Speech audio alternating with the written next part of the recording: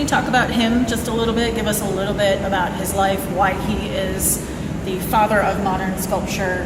He was from a middle-class background. He was always gifted and talented as far as art goes, as far as schooling goes. No, he was not. And so his parents, they did recognize his talent. In fact, we have the bust of his father, Jean-Baptiste Rodin, and he encouraged his son to go ahead and follow his passion. Which I love. They actually have letters and stuff, right, between the two, and his father encourages him, and so we have his words, which... Exactly. I mean, that's so cool. Exactly. And so with that background, he did try to go to the French Academy, was rejected many, many times. And so he sort of went to what we would call, it's called decorative arts. It's more like a trade school that would embellish architecture or embellish decorations in the home and things like that. And so he did that for a while. He finally came into his own when he was around 40 years old. That's when he finally got his first commission. He was part of the Impressionist movement, really. But in sculpture, it was a little bit different. They lagged behind. All of the groundbreaking work that was done by his contemporaries who were painters. Rodin had a different vision. He didn't want just stiff models. If you look at the burghers of Calais, they're in motion, and you can see that they have expressions on their face. They're showing their emotion of what they're having to do. So that was part of what he wanted to interpret through his sculpture. He didn't shy away from flaws.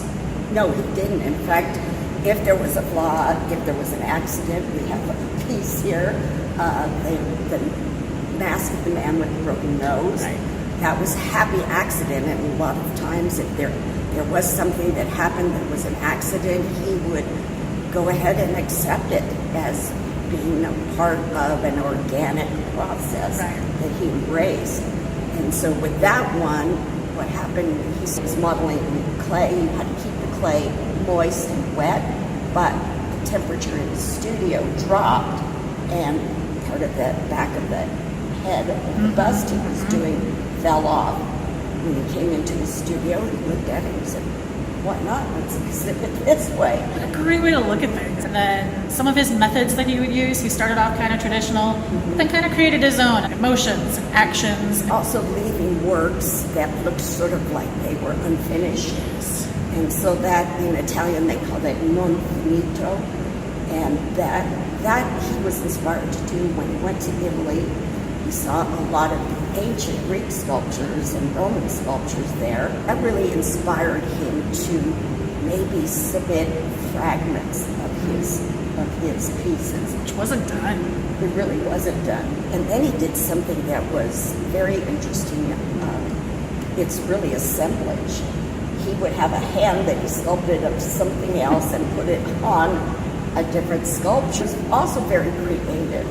And so he really invented this idea that something could, a hand, for example, could be a completed sculpture worthy of presentation in its own right.